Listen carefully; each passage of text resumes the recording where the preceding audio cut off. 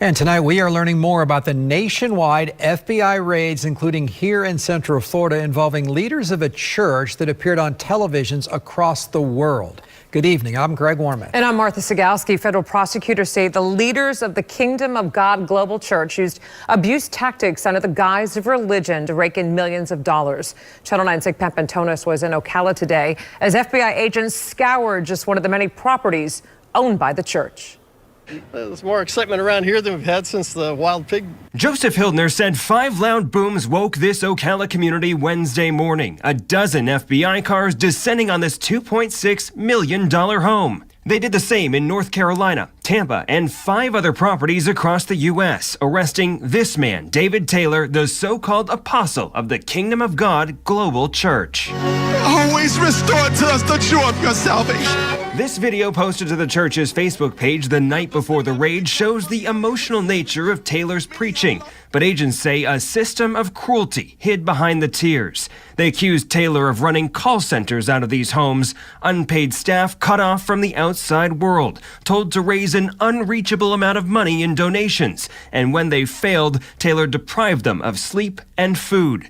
They say since 2014, Taylor pocketed $50 million.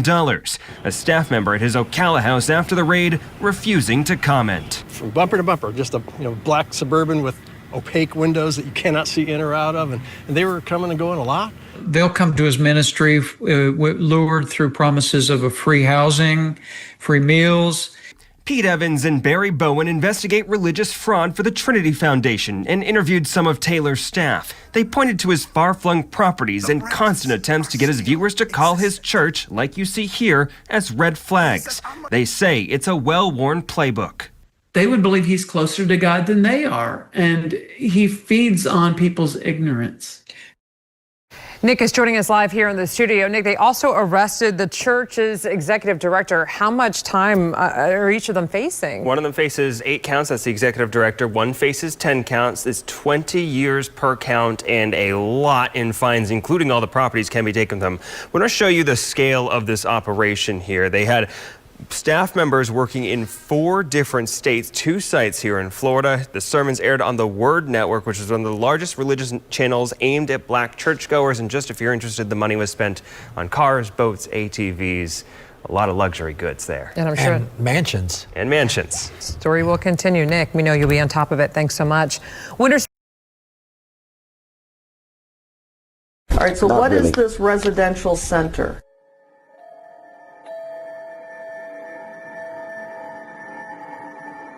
Oh, this is a place that the ministry owns. Well, not own. We're in the process of buying that. Yeah, we don't own it yet. So are you renting to buy, or are you? Yeah, we're leasing to buy. You have that as an asset of $2,844,500. So do you own it? I just answered that, didn't I? I said we didn't own it. Okay, but where does the, I'm sorry? We're leasing to buy it. Did you, I thought we just said that.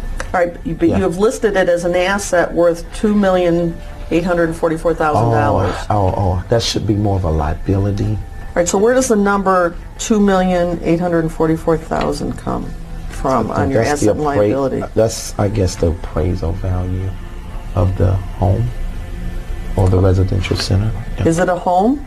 No, it's a residential center. We use it.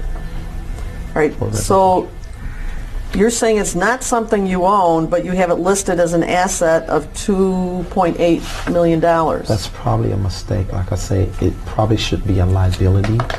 Okay, and what goes on at the residential center? It is really it's a gathering place for our ministry where I bring in different leaders and also the staff that we have as a place of, maybe resort and teaching and training. Resort? Yeah, teaching. A resort where we teach and train.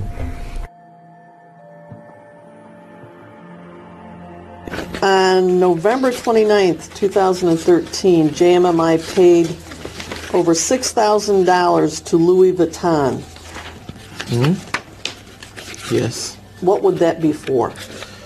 Well, This is for clothes concerning my TV ministry as well. Or you have to wear Louis Vuitton? Oh, it don't matter what name it is. The point is clothing are allocated to us for ministry purposes as well. What do you mean they're allocated to you?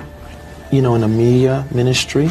In a what? Media ministry. Yeah. Okay, or on the road, when I'm always traveling and using my clothes, I'm sweating through them. So I'm needing new clothes also for television ministry through the years. So. And so you use ministry money to buy your wardrobe? Outfit. It's allocated more towards ministry apparel. Does that go into what your income is?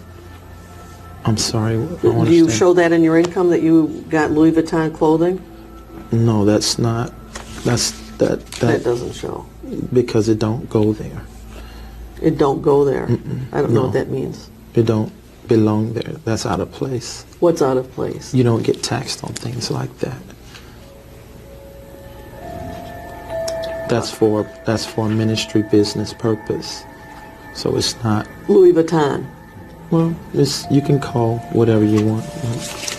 So June 2014, you spent $3,500 by JMMI to Versace in the Bahamas. Yes? I'm sure that's right. If it shows there. And that was for clothing for you? Yes, probably. Yes, most likely. So you don't see that there's any problem when you're ministering to the poor, the sick, the needy, to be appearing in Louis Vuitton and Versace? Well, that ain't something I purchase all the time. No, it looks like you did several times in... I mean, I'm a very frugal person when it comes to this. I go to the right places to get a lot of suits, and if I get some from those places, you don't see that. I don't see Macy's. No, you don't see that, because Macy's don't have the kind of suits that I wear. But what I'm saying is, these Louis Vuitton things, you don't see that in our charges all the time. 2013 and 14, JMMI spent over $30,000 in your clothes. Does that sound about right? What year was that? 13 and 14. Oh God, yes, because I was traveling so much and sweating through all my clothes. Exactly.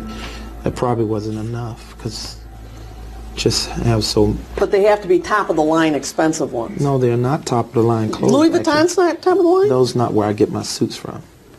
Well, you got something from them spent thousands and thousands. Well, the belts are more lasting, so that's good. Come on, you're buying belts for $5,000? No, I mean multiple belts. Not August 2014, you went to the Gucci store in Troy and purchased something?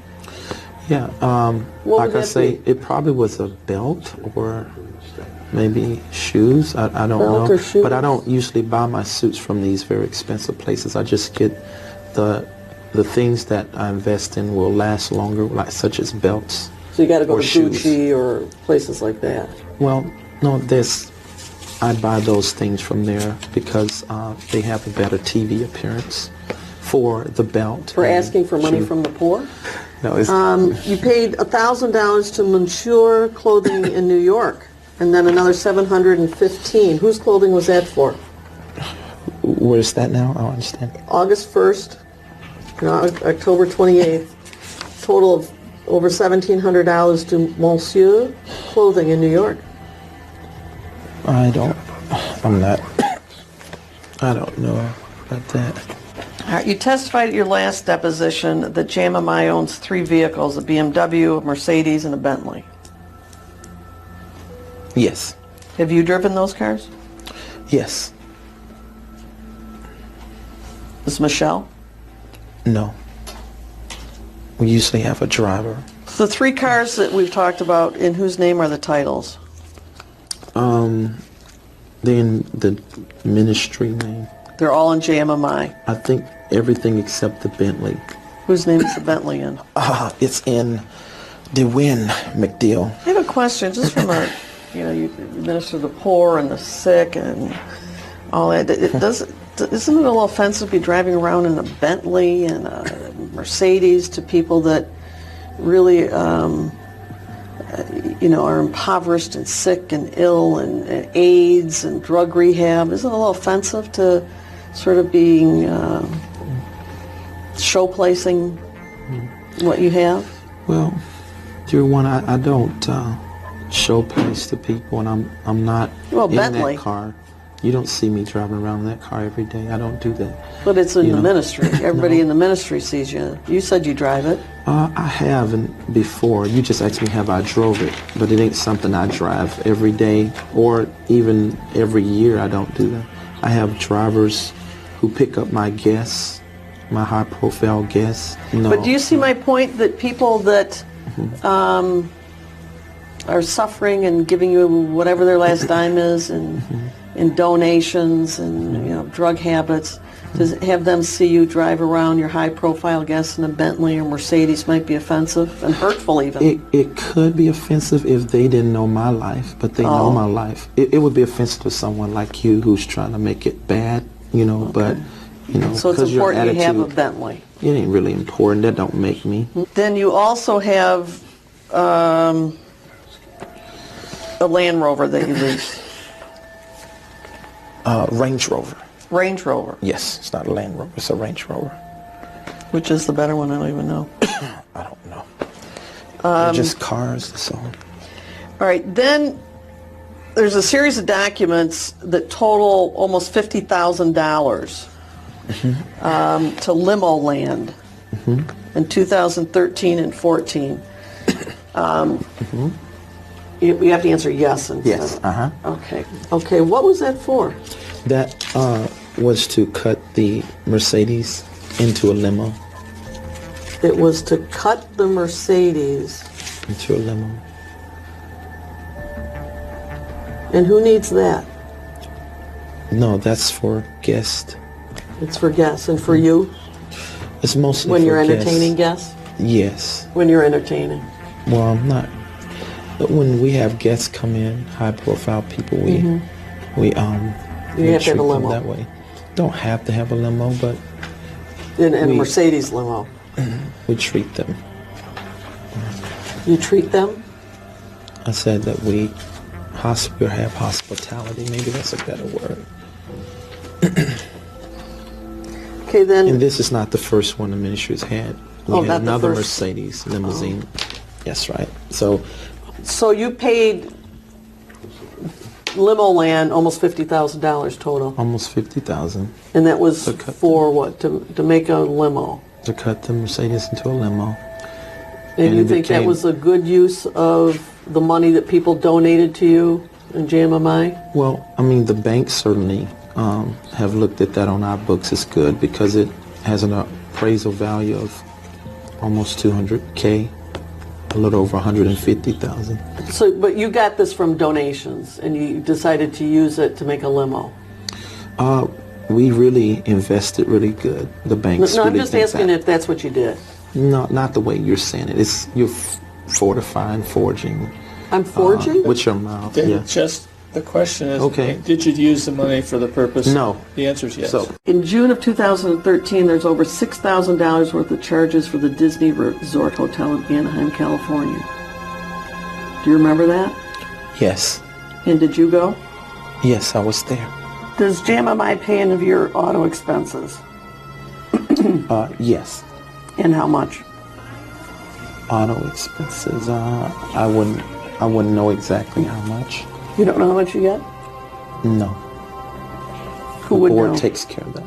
Who's the board? You can ask Michelle. She's another person to refer to. What about your housing? Does JMMI pay any of that? Yes. You get a housing allowance? Yes.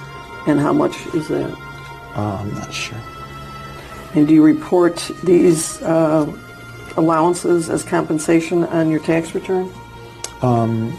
Honestly, I don't know how all that work. I have other people who do that, so you can refer to Michelle on that. Michelle does your taxes? No, I have other people do it, but she's over a lot of that, the financial aspect. When you say it's up to the board, now the board includes Michelle? Yes. You? Yes. And who else?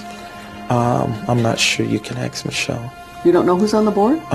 Totally. I would rather you get the accurate information because I don't want to be accused of answering falsely. like I have been other times when I've tried to guess. So I just rather I'm telling you I don't know, just ask her. How many people are on the board? Don't know, just... You don't know? No. Don't you have to have board meetings? Yes, we do have board meetings. So can you count around the table how many people there are? Well, our board also grows at the same time, so I just rather you just get that information somewhere else. The last time you had a board meeting was when? So on the phone, I think it's been the beginning of the year in January. Can't exactly tell the date, but... It was on the phone? Yeah. I have never been to court for no criminal charges. Did you ever hire pardon me? Go on. Did you ever hire an attorney to represent you in any criminal defense manner? Yes, I have. And that was the only thing I could think of in 13 is me, when I disciplined my child, and that was the only thing. So I don't know anything other than that. Tell me about that one. Was that in St. Louis? Yes. And which child was that? That was last year, I think, or the year before last, if I'm not 13. Which child? Destiny. Your 18-year-old daughter? Yes. And was this done through Children's Protective Services? I think so, yeah. And what were the allegations? Well, that I had disciplined her because she skipped class 20 times, and they felt my discipline measure of using a belt was abusive. All right. See, right here, I would be like, so was it one of these Versace belts or whatever you got? I would have literally asked him that. Instead, she totally neglects this. Like, that would have been a perfect time to ask if it was one of these, other items that he's been buying from and shit.